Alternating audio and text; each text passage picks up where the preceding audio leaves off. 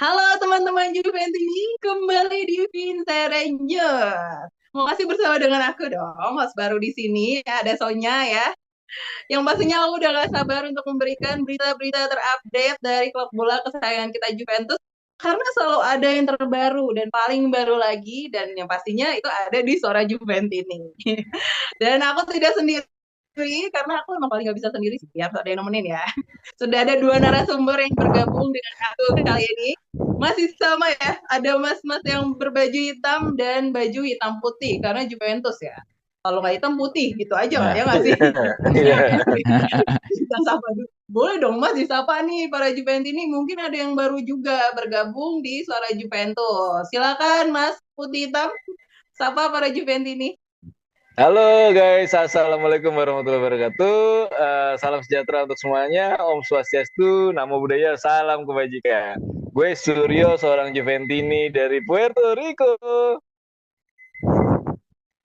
Oke, selamat datang Mas Suryo dari Puerto Rico.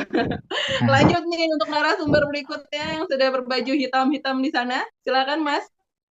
Halo, suara Juventini. Perkenalkan, gua Adi Juventini dari Turki. Oke, sudah ada Mas Suryo dan juga Mas Adi yang menjadi narasumber untuk Vincere News kali ini. Dan lanjut aja ya, ini udah beritanya nih udah ditahan-tahan nih, pengen banget aku bahas nih bersama dengan narasumber kita. Yang pertama nih Mas, ini booming ya beritanya ya. Baru aja jurnalis kenamaan Itali Fabrizio Romano umumin kalau Di Gregorio resmi bergabung dengan Juventus. Nah, kira-kira pilihan tepat nggak ya untuk memasukkan formasi kiper baru nih di Gregorio di Juventus ini? Silakan Mas Suryo. Oke, jadi ya, Gregorio ini adalah seorang kiper yang diharapkan nanti pada saat kepelatihan Thiago Motta menjadi seorang sweeper kiper. Ya, bisa menjadi seorang center back yang bisa membangun build up dari bawah, kemudian mendukung serangan permainan cepat ala Thiago Motta. Cuman posisinya sekarang adalah kalau teman-teman bisa berkomentar, silahkan. Ada dua penjaga gawang, yaitu Sesni dan Perin.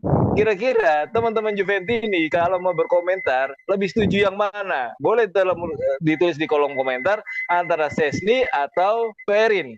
Kalau dari segi gaji, memang Sesni itu lebih tinggi. Dari segi penampilan, Sesni secara rata-rata lebih baik daripada Perin. Akan tetapi di guru-guru ini akankah menjadi kiper utama atau menjadikan kiper backup? Nah itu bisa juga teman-teman Juventus ini tulis di kolom komentar. Nah kalau menurut gue pribadi ya, lebih tepatnya akan ada seorang pemain terutama kiper yang akan pergi. Dan pribadi gua, pendapat gua adalah Sesni karena dilihat dari segi gaji itu lebih memungkinkan untuk saat ini terhadap keuangan Juventus adalah Sesni. Di mana Perin nanti tetap akan menjadi kiper kedua dan di Gregorio ini akan menjadi kiper pertama bahasanya. Oke, itu pendapatnya dari Mas Suryo ya. Gimana dengan Mas Adi nih? Apakah ini jadi sinyal positif nih? Ada kiper baru masuk ke Juventus? Silakan Mas Adi. Uh, gua sebenarnya speechless bisa tiba-tiba ada kiper dari klub papan bawah terus tiba-tiba Juventus here we go gitu ya. Dengan harga ya at least 20 juta lah. Ya masuk banget sama kantong Juventus dengan kondisi keuangan sekarang gitu. Mungkin kiper ini cocok sih buat di taktikalnya Mota, di sistemnya Mota nanti ke depannya dengan dengan predikat best goalkeeper di Serie A musim ini sebuah prestasi yang luar biasa karena tahu sendiri jadi Monza di klubnya ya itu di papan bawah terus juga bahkan dikalahin Juventus juga tadi dini hari tadi dia bagus di tim kayak gini karena dia akan selalu diserang. Dia akan jadi spotlight karena ketika dia diserang lawan dia akan jadi frontman-nya atau jadi spotlight di media-media. Makanya dia menjadi best goalkeeper gitu. Tapi dari statistik yang beredar gitu bahwa dia emang punya kemampuan yang build up-nya nomor 4, artinya passing akurasinya nomor 4 di antara kiper-kiper lain di Serie A terus juga untuk eh, base save-nya itu cuma 4,0 artinya paling tinggi di antara kiper Serie A yang lain karena tadi gue bilang bahwa dia sering diserang sama lawan jadi emang kemampuannya emang sudah teruji di di game-game di Serie A jadi emang ini sebenarnya butuh sebuah pencapaian yang bagus lah buat seorang Di Gregorio. masalah untuk nanti di Juventus ini juga jadi sisi mata uang seperti yang Mas Suryo bilang bahwa Juve punya dua kiper, ada Mattia Perin sama Chesney gitu ya. Ini kan jadi sisi mata uang lagi. Yang mana mau dikalahin gitu? Jual Perin di Gregorio jadi backupnya Chesney, atau jual Chesney Perin jadi kiper kedua, di Gregorio jadi kiper utama. Ini kan jadi apa namanya agak agak sedikit sisi mata uang ya. Jadi emang dua sisi mata uang yang di mana Juve harus memilih kiper mana yang harus dikorbankan, kiper mana yang harus dibuang gitu. Tapi kalau dengan target musim depan UCL pun cuman lolos round 16, ya benar gue setuju seperti Bang Suro bilang bahwa Chesney ya mungkin di offload faktor gaji ya yang terlalu gede. Tapi kalau Juve punya manajemen, punya target yang ingin minimal perempat final, semifinal di UCL, ya Perin yang harus dikorbankan karena pengalaman UCL-nya si Chesney kan sudah lebih banyak daripada di Gregorio, karena di kompetisi Eropa is different dengan kompetisi Serie A yang main 38 game lawannya itu aja. Nanti di Eropa aja akan ketemu striker-striker yang lebih ganas lagi, lebih bintang gitu dibandingkan di Serie A. Jadi emang kalau ini ada keputusannya di manajemen, tapi kalau gue pribadi ya gue lebih memilih Chesney yang dibuang gitu. Karena kan target cuma 16 besar, ngapain pakai kiper utama gaji gede, kiper keduanya cuma cadangan yang dimana musim lalu jadi best goalkeeper, masa jadi cadangan gitu dan harganya mahal pula gitu kan. Jadi emang menurut gua ini sebuah dua sisi mata uang buat Juventus. Sebagai fans, gua harapannya manajemen memilih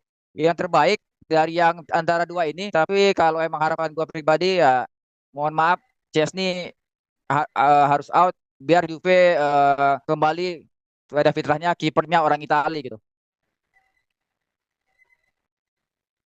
Oke, itu pendapatnya Mas Adi sama Mas Suryo ya. Kipernya kan ya kota kan cuma 3 ya, masuk satu berarti harus ada Iya. yang keluar. Gimana nih kalau dari suara Juventini, para teman-teman Juventini, siapa yang bakal keluar menurut kalian? Chesney atau Perin atau jangan-jangan yang kiper 3 ya, Pinsoglio, bener ya? Pinsoglio. Udah nggak main dikeluarin gimana tuh? Kita lihat ya. Dan pelatih, kalau dari segi pelatih Mota nih dengan adanya kiper baru ini bakal cocok nggak ya? Pandangan Mas Suryo kayak gimana nih Mas? Ya kalau ngelihat dari dia urutan 4 untuk build up sih cukup cocok ya. Artinya dalam skemanya kan kita ngelihat Mota itu tidak bisa langsung merubah keseluruhan squad gitu ya. Artinya butuh penyesuaian. Dengan average dia best shot stopping itu oke ya kan di antara kiper Serie A. Kemudian dengan targetnya manajemen itu hanya sampai 16 besar, dengan statistik yang tadi artinya build up urutan 4 itu cukup memungkinkan untuk dia masuk di skuad Mota nanti gitu Mbak Suji. Oke, bagaimana dengan pendapatnya Mas Adi? Dengan adanya kiper baru ini, dengan ada pelatih baru juga. Ya sebenarnya ya gue tahu Juve terkenalnya sama pakai kiper Italia ya. Kiper Italia statusnya kiper tim nasional yang dimana kita udah bertahun-tahun sama Buffon yang sudah jadi legend juga di tim ini gitu, tiba-tiba pakai kiper asing yang kipernya statusnya timnas juga tapi bukan timnas Italia, sudah bertahun-tahun jadi kiper utama gitu. Dan ini kan harusnya Juve kembali ke fitrahnya, kipernya harus orang Italia, dan kemungkinan besar bisa jadi ya mungkin statusnya jadi second tier kiper tim nasional gitu ya, karena harapan gue sebagai fans ya sebenarnya zona rumah ya, tapi kalau apa apa mau dikata duitnya nggak ada ya datangnya di Gregorio, sama aja sih, sama-sama ada Gigio-nya juga namanya, ada G-nya juga, tapi yang penting ya nama besar sama apa nama sama posisi kiper ya, yang penting berkostum Juventus ya gue support lah gitu. Oke, siapapun pemainnya ya, asalkan di Juventus kita dukung ya. Iya. Yang pastinya juga akan ada strategi baru pastinya dengan adanya pemain baru yang masuk. Kita tunggu nih komentar dari suara Juventini dan teman-teman Juventini juga ya. Siapa nih kiper yang bakal digantikan? Oke, selanjutnya kita berangkat nih Mas ke berita selanjutnya, ada bursa transfer pemain. Bursa transfer pemain. Kabarnya nih Alexandro kan kontraknya udah habis ya. Dan ini ada pemain yang tertarik nih untuk bergabung dengan Juventus, Di Lorenzo yang asalnya dari klub Napoli. Gimana Mas? Mereka sama-sama posisi fullback ya, akan saling menggantikan. Gimana pendapatnya dari Mas Adi?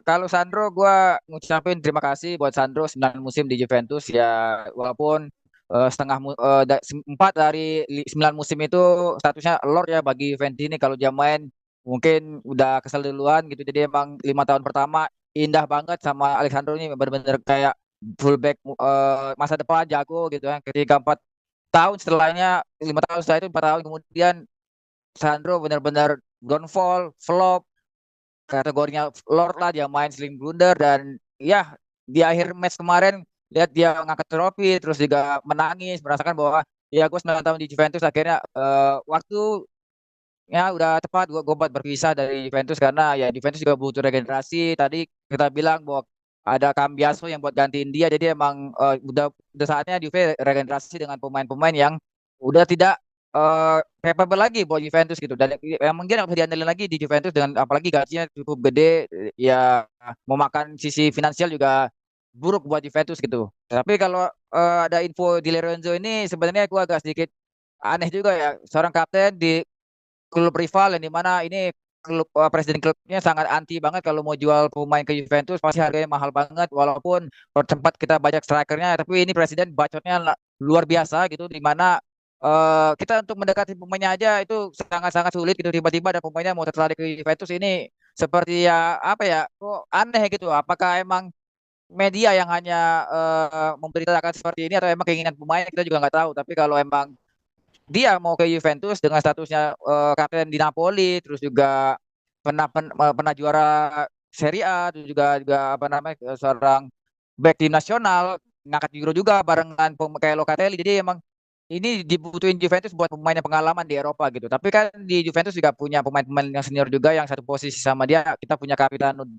Danilo di posisi yang sama. Jadi emang kalaupun memang dia harus bisa bergabung sama Juventus, mungkin Juve lebih memilih pemain yang lain yang lebih dibutuhkan dibandingkan membeli dia. Kita nggak tahu harganya berapa. Walaupun tertarik, tetap Juve harus keluar duit buat beli dia, karena kontraknya juga masih lama tuh sampai 2028. Jadi emang nggak mungkin gratisan gitu, dan harganya pasti mahal. Jadi kalau menurut gua, kalau dia tertarik ke Juventus, it's okay. Tapi kalau untuk dibeli sekarang, mungkin nantilah, mungkin tahun depan, atau ya at least mau kontraknya mau habis lah. Kalau sekarang sih Juve masih banyak posisi-posisi fundamental yang harus diganti gitu, yang harus dibenahi gitu. Nggak harus langsung di Lorenzo ini gitu.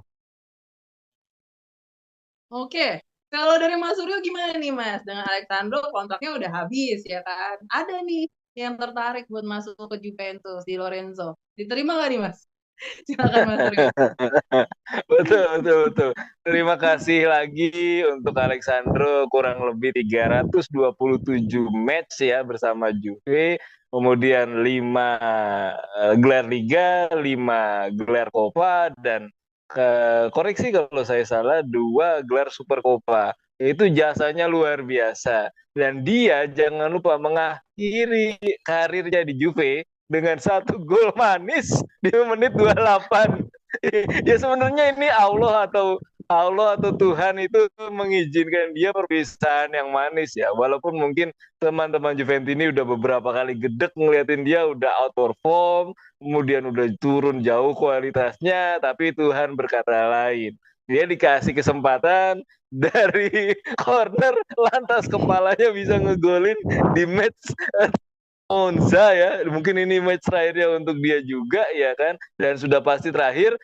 Dia ngegolin menjadi kapten. Wah, itu terima kasih Lord Sando, semoga bisa meneruskan karir di tempat yang lain dan tetap perform sesuai dengan kapasitas dan umurnya dia sekarang. Dan mengenai Di Lorenzo, ini benar yang dibilang Mas Adi tadi gitu, agak nggak mungkin kayaknya ini validitas dari jurnalis-jurnalis itu belum datang. Kemudian macam kita bisa tahu Romeo Agresti, Fabrizio Romano, Nico Sira, and then yang lainnya, jurnalis-jurnalis yang lain ya belum mengkonfirmasi kenyataan itu. Ini baru sekedar ya dengar-dengar aja, desas-desus saja, dengan Lord Sandro atau Alexandro yang keluar kemudian digantikan posisinya di Lorenzo. Karena memang presidennya sendiri ini musuh ya, dalam artian ya Juventus sih nggak pernah anggap dia musuh, cuman dia mungkin kalah saing terus sama Juventus, jadi menganggap kalau gue punya pemain bagus, wah gue bakal ya kayak iklan developer gitu, Senin harga naik, ngomong ada tawaran, ini kan wah udahlah ya kan, misalnya ekspektasinya 30 juta atau 40 juta bisa jadi 80 gitu ya. Artinya lo niat jual apa enggak sih sebenarnya? Kalau emang nggak niat jual, ya udah itu yang lo lakukan dengan menjual pemain yang menurut media bagus dan akan berpotensi ke Juve dengan harga setinggi-tingginya. Sebenarnya sih nggak perlu terlalu ngoyo juga gitu. Kalau memang pemainnya mau, dia akan berakhir dengan perpanjangan kontrak dan free agent gitu, nggak masalah. Juve juga win-win solution kalau mau nungguin dia dan kalaupun dia mau. Tapi gua rasa ini validitasnya masih belum bagus ya, artinya masih just sekedar desas-desus juga. Ya gue sih nggak terlalu percaya. Tapi kalau untuk Lord Sandro, terima kasih sekali lagi ya, dengan segala respect ya kan. Grazie, grazie, grazie Alexandro, Mbak. Oke, untuk Di Lorenzo ini ya. Untuk Di Lorenzo kita tunggu aja sih ya update-nya. Isu ini tuh benar valid atau enggak. Kita tunggu lagi kabar-kabar terbarunya. Mana tahu enggak, mana tahu iya ya sih. Dan untuk Alexandro nih ngomong-ngomong ya tentang Alexandro. Kan tadi udah dijelasin juga, udah 5 musim, 5 tahun. 300 lebih pertandingan ya nggak sih, akhirnya pergi meninggalkan Juventus. Ini kalau kita bahas lagi nih Mas, ada nggak nih Mas yang merasa kehilangan ya ditinggalkan oleh Alessandro? Tapi kan ini nggak di ghosting ya, karena dia bilang dia ngabarin ninggalinnya. Oke, dari Mas Adi gimana Mas? Ada perasaan kehilangan nggak nih? Ya, kalau gue sih harusnya cabut dari 4 tahun yang lalu ya, bukan sekarang gitu Waduh, kan. sadis, sadis. Karena gini, pada saat itu performanya udah menurun dan Juve saat itu ada tawaran dari klub lain, dari klub Inggris harganya bisa 50 sampai 60 juta euro saat itu. Cuma manajemen Juventus tidak melepas, malah mengextend kontraknya dengan gaji yang luar biasa, 6,5 juta euro hanya untuk fullback yang menurut gua nggak worth it ya, karena 6,5 juta buat Juventus itu harusnya level striker itu atau pemain-pemain yang emang bintang statusnya. Tapi buat Sandro gaji segitu ini juga keterlaluan saat itu. Efeknya apa? Ketika dia flop, Juve nggak bisa menjual dia karena gak ada tim yang mau gaji dia segede itu. Jadi agak sulit membuangnya. Sampai akhirnya Juve membiarkan dia habis kontrak di musim ini. Jadi emang ya yang harusnya dia keluar 4 tahun yang lalu ketika masih ada value-nya dan gajinya nggak gede gitu. Jadi emang di sini juga perpisahan yang menurut gua terlalu lama buat Sandronya, tapi buat Juve iya inilah yang harus yang harus dipikirkan lagi jika ingin mengekstend kontrak. Itu lihat dulu kualitasnya, jangan asal gaji terus lihat forecast masa depan. Ini dia udah flop 4 tahun yang lalu sebenarnya. Jadi emang menurut gue emang ya kalau dia perpisahannya terlalu sekarang, kalau gue sih udah terlalu lama ya, udah 4 tahun gue nungguin dia kapan cabutnya, akhirnya cabut juga musim ini ya 2024 lah. Iya iya. Gimana kalau Mas Suryo? Rasa kehilangan dan apa emang ya udah setuju nih Mas tadi. Ya, di sini kan Suara Juventini adalah kanal YouTube yang mewakili Juventini, ya kan. Kalau memang misalnya Mas Adi itu merasa, udahlah mestinya lu cabut aja dari 4 tahun lalu, mungkin ada segelintir Juventini yang masih bisa bernostalgia pada saat Sandro keemasannya gitu. Kalau tadi dibahas aspek manajemen yang dibahas sama Mas Adi tadi, kenapa mungkin ada kesalahan manajemen dan sekarang manajemen Juve sudah baru semua. Semoga nanti bisa lebih baik lagi daripada manajemen sebelumnya dengan segala macam problematika yang sudah dihadapi Juventus 3 tahun belakangan. Alhamdulillah, sebuah tim besar tetaplah merupakan tim besar. Kalau di liga sebelah akhirnya si Setan Merah mendapatkan piala dan di kita pun di Liga Italia, Juve adalah sebuah tim yang besar dan tetap besar. Walaupun dengan segala macam intrik dan problematikanya, tetap mendapatkan sebuah piala yaitu Coppa Italia. Dengan status kepelatihan Allegri yang mungkin beberapa Juventini membosankan atau tidak banyak gol atau pragmatis ya kan, asal bukan Zeus pragmatis play itu itu tidak apa ya, sebuah tim besar tetap tim besar gitu. Dan kalaupun memang Alexander sudah mengakhiri karirnya dan ini sudah yang terjadi takdir ya kan, Tuhan atau Allah menyiapkan takdir yang manis. Dia menggolkan di menit 28 lawan Monza di saat akhir karirnya bersama Juve.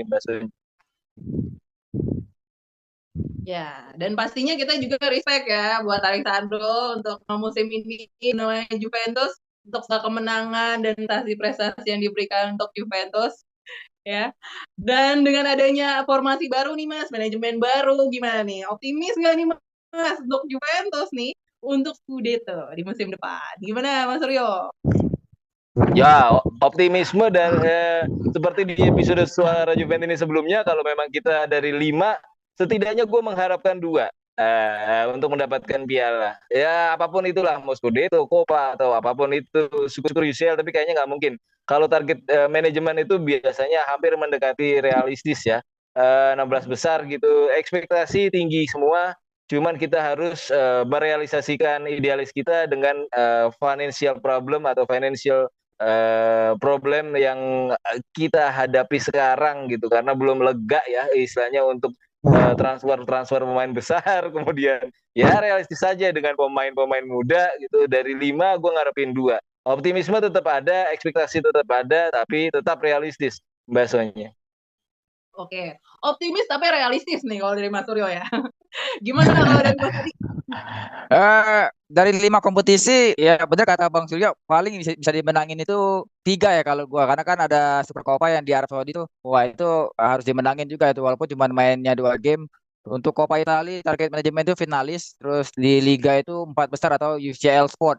Ini sampai 2027 targetnya seperti ini kalau di liga lokal gitu. Jadi menurut gua, iya, harapan gua sih title contender itu kita bersaing buat menuju gelar, walaupun nanti akhirnya siapapun yang juara atau Juve ataupun nanti tim lain, tapi berjuang tuh sampai akhir. Ya, kayak sekarang 6 bulan doang bersaing, habis itu 4 bulannya downfall ke bawah, itu juga gua nggak ngerti.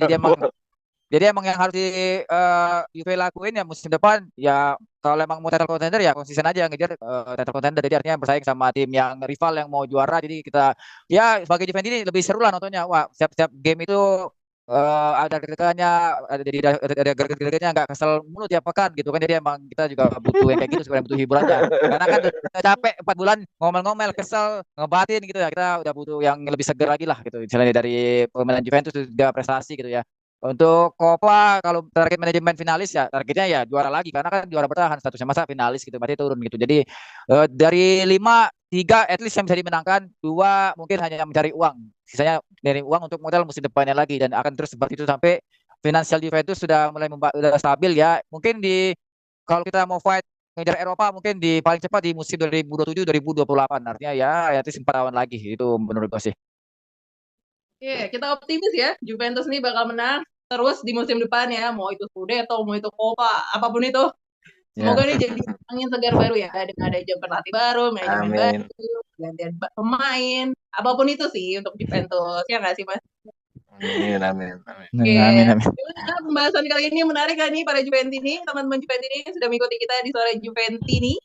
Dan kalau dari teman-teman kalian, bagian mana nih yang paling menarik? Dan jangan lupa juga tuh tadi kan kita bahas yang pertama, kiper tuh. Kiper udah diganti. Siapa yang paling diganti menurut kalian? Dan untuk yang sekarang juga, Alexandro, mungkin ada ucapan kalian nih untuk pemain Alexandro yang sudah meninggalkan Juventus. Nah, atau komen-komen menarik lainnya kita tunggu ya, Mas, komennya di Sore Juventini ini.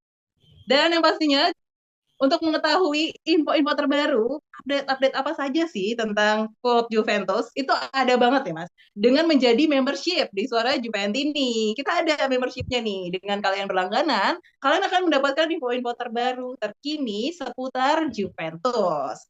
Dan untuk kalian semua, kalau suka konten ini, boleh dong kasih like-nya. Dan jangan lupa subscribe, biar nggak ketinggalan konten-konten menarik lainnya dari Suara Juventus ini. Terima kasih banyak untuk narasumber kita, Mas Suryo dan Mas Adi yang sudah menemani aku kembali di Vincent Rangers kali ini. Ya, semoga nggak bosan-bosan juga untuk membahas berita-berita update lainnya dari Juventus. Akhir kata aku Sonya undur diri ya, teman-teman Juventus ini. Sampai jumpa di Vincent News berikutnya dengan berita-berita yang nggak kalah keren lagi dan nggak kalah lagi menariknya dari berita-berita sebelumnya. Oke, Vino alla fine. Forza Forza Juve. Juve.